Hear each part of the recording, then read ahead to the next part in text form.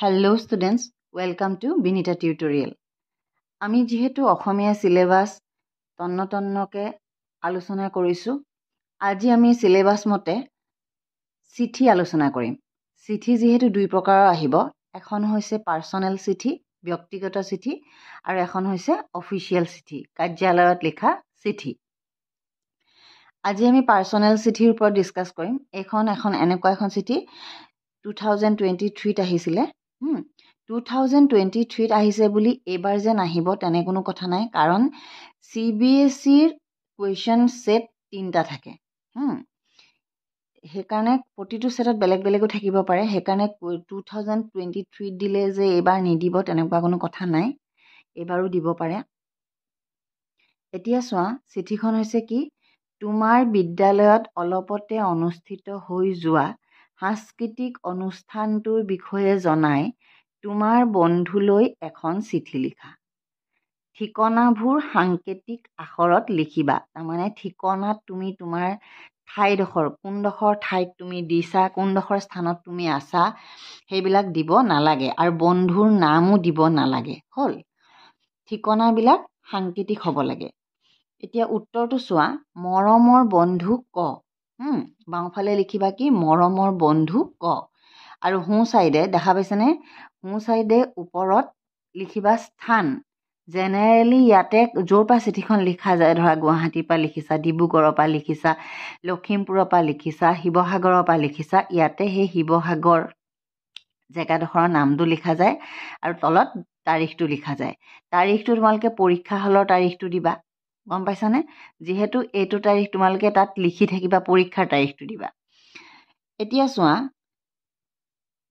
একফালে লিখিবা মৰমৰ বন্ধু ক তুমি তাৰ নামটো লিখিবা হল তাৰ পিছত এফালে স্থান আৰু তাৰিখটো এতিয়া চোৱা মোৰ মৰম লবা তোমাৰ মা দেউতাক মোৰ সেৱা জনাবা আৰু ভন্টিক মোৰ মৰম দিবা দেখা পাইছা আশা কৰো তুমি ভালে আছা মোৰ ভাল তোমালৈ এই চিঠিখন লিখাৰ এটি বিশেষ কাৰণ আছে যোৱা ডিসেম্বৰ মাহৰ 24 তাৰিখে আমাৰ বিদ্যালয়ত অতি সুন্দৰ সাংস্কৃতিক অনুষ্ঠানৰ আয়োজন কৰা হৈছিল অনুষ্ঠানলৈ মোৰ আৰু লগতে তোমাৰ প্ৰিয় শিল্পী শিল্পীজনৰো আমি নামটো নিলিখো আমন্ত্ৰণ জনোৱা হৈছিল অনুষ্ঠানত আমাৰ বিদ্যালয়ৰ ছাত্ৰ-ছাত্ৰীয়েও গীত মাত পৰিবেশন কৰিছিল তুমি থকা হলে আৰু ভাল লাগিল হয় শেষত মোৰ মৰম জনাই আজিলৈ সামৰিছো ইতি বন্ধু খ আৰু এইফালে তেখেতৰ এড্ৰেছটো লিখিব লাগিল প্ৰতি আমি কালে দিছো কলে দিছো মাৰফত তাৰমানে কেয়াৰ অফ বুলি লিখা যায় নাই কেয়াৰ অফৰ অসমীয়াত লিখে মাৰফত মাৰফত ফ এটো হসন্তিয়াত মাৰফত গ মানে দেউতাকৰ নামটো ইয়াত লিখিব লাগিব হয়নে এটো গ বুলি লিখিছো তাৰ পিছত ডেছ গাঁওখনৰ নামটো আৰু অসম বুজি পাইছা কথাটো ইয়াত আমি তেখেতৰ নিলিখো যেহেতু এই পেপাৰখন অসমতেই থাকিব আমি অসম বুলি দিব পাৰো এতিয়া কথা এটা মন কৰিবা তোমালোকৰ এই ষ্ট্ৰাকচাৰটো চোৱা তোমালোকে দেই এটা কথা মই কওঁ এই চিঠিখনত মই বহুত মানে একদম গম্ভীৰ বাক্য একো লিখা নাই মই যথেষ্ট টান বাক্য লিখিব পাৰিলো হয় মই এনেকেও লিখিব পাৰিলো হয় তোমালৈ মোৰ মৰম থাকিল তোমাৰ লগতে তোমাৰ মা দেউতালৈ শ্ৰদ্ধা থাকিল তোমাৰ আৰু ভন্টিলৈ মোৰ মৰম থাকিল বা মানে অলপ চিঠিখন কমপ্লিকেটেড কৰি মই বাক্যবিলাক কমপ্লিকেটেডকৈ লিখিব পাৰিলোহেঁতেন কিন্তু মই জানো তোমালোক মেক্সিমাম ল'ৰা ছোৱালীখিনিয়ে অসমীয়াখিনি মুখস্থ কৰিব চেষ্টা কৰা মই টান বাক্য দিলে তোমালোকে মুখস্থ কৰিবা আৰু মুখস্থ কৰাৰ ফলত কি হয় গম পাইছানে যদি এটা বাক্য কেনেবাকৈ পাহৰি যোৱা পৰীক্ষা হলত বহি থাকা আৰু এতিয়া এইখিনি এনেকুৱা এখিনি বাক্য মই লিখিছো যিখিনি নেকি তোমালোকে ঘৰত মানে কথা পাতিলে কৈ থাকা গতিকে সেইখিনি অৰ্গেনাইজ কৰিবলৈ তোমালোকৰ একো দিগদাৰ নহব গম পাইছানে একদম সিম্পল বাক্যকেইটা দিছো এইকেইটা বাক্য মনত ৰাখিবলৈ দিগদাৰ নহয় এটা কথা মই আকৌ এবাৰ কওঁ যিসকল ল'ৰা ছোৱালী অসমীয়াত পাৰ্গত বহুত ল'ৰা ছোৱালী থাকে অসমীয়া তেখেতে ভাল পায় মানে ইংলিছ মিডিয়ামৰ ল'ৰা ছোৱালীখিনিয়ে অসমীয়া অকণ দুৰ্বল, কিন্তু তাৰ মাজতে দুজন এজন মানে ব্যতিক্ৰম নথকা নহয়। 100জনৰ ভিতৰত অন্ততঃ 5জন ল'ৰা ছোৱালী আছে যি নেকি অসমীয়া বহুতেই ভাল পায় আৰু খুব সুন্দৰকৈ লিখিব পাৰে। 5জন মই বেছি কমাই ক'লোঁ, 100জনৰ ভিতৰত শতকৰা 10জন ল'ৰা ছোৱালীয়ে অতি সুন্দৰ অসমীয়া বাক্য গাঁথনি কৰে মই পাইছোঁ। কিন্তু সকলোৰে বাবে সেইটো সম্ভৱ নহয়, যিহেতু তেখেতসকলে ইংলিছতে বেছি জোৰ দি থাকে। সেইকাৰণে একদম সৰু সৰু চিম্পল বাক্য মই দিছোঁ, যাতে প্ৰশ্নটো এৰি থৈ নাহি মাৰ্কছটো আনিব পাৰে। গতিকে একদম চিম্পল। এটা কথা মন কৰিবা, এই মৰমৰ বন্ধু ক, ইয়াতো এটা নম্বৰ থাকে।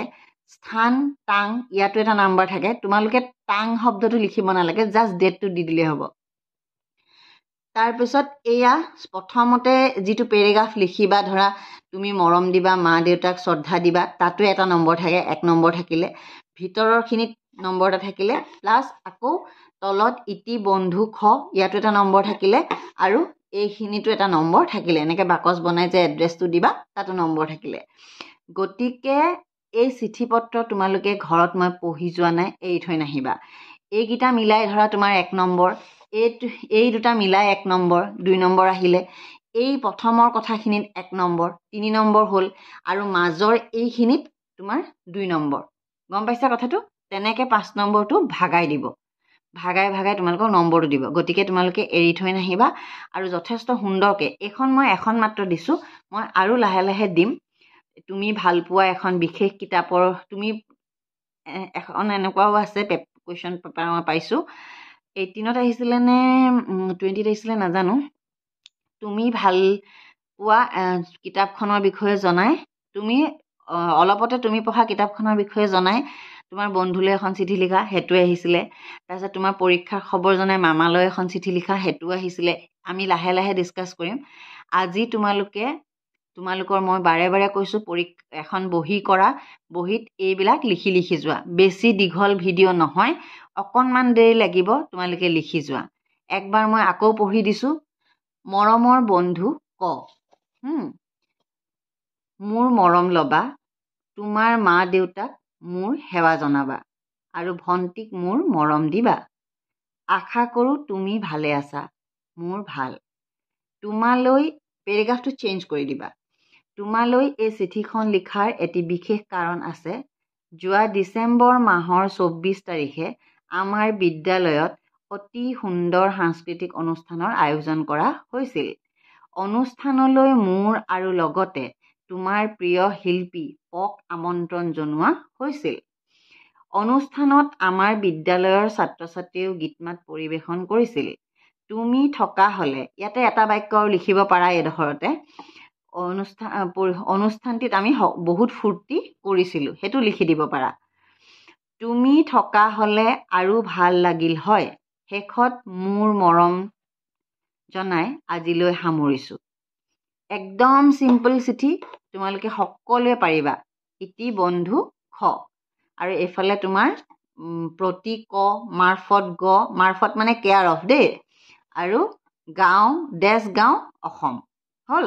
তাৰমানে ইয়াত আমাক কৈ দিছে যে ঠিকনাবোৰ সাংকেতিক আখৰত লিখিবা। আমি ঠিকনাখিনি ডাইৰেক্টলি লিখি দিব নোৱাৰোঁ, বোলে লখিমপুৰ ঢকুৱা গাঁও এনেকৈ লিখি দিব নোৱাৰোঁ, বা জালুকবাৰী গুৱাহাটী এনেকৈ লিখি দিব নোৱাৰোঁ। গম পাইছা? সেইকাৰণে আমি কোনো এডোখৰত ডাইৰেক্ট জিলাৰ নাম নিলিখোঁ, নলবাৰীৰ কথা নিলিখোঁ, শিৱসাগৰৰ কথা নিলিখোঁ। এই চিঠিখন সম্পূৰ্ণ সাংকেতিক হৈছে। আশা কৰোঁ তোমালোকে ভিডিঅ'টো চাই ভাল পালা। ভিডিঅ'টো যদি ভাল পাইছা, লাইক কৰিবা আৰু ছাবস্ক্ৰাইব কৰিবলৈ নাপাহৰিবা চেনেলটো, আৰু ভিডিঅ'ৰ কাৰণে বেল আইকনটো তোমালোকে প্ৰেছ কৰি দিবা। Bye bye. আৰু নেক্সট ভিডিঅ'ত আৰু এখন চিঠি লৈ আহিম মই। তোমালোকে কি ধৰণৰ তোমালোকক লাগে তোমালোকে কমেণ্টত লিখিবা। Bye bye.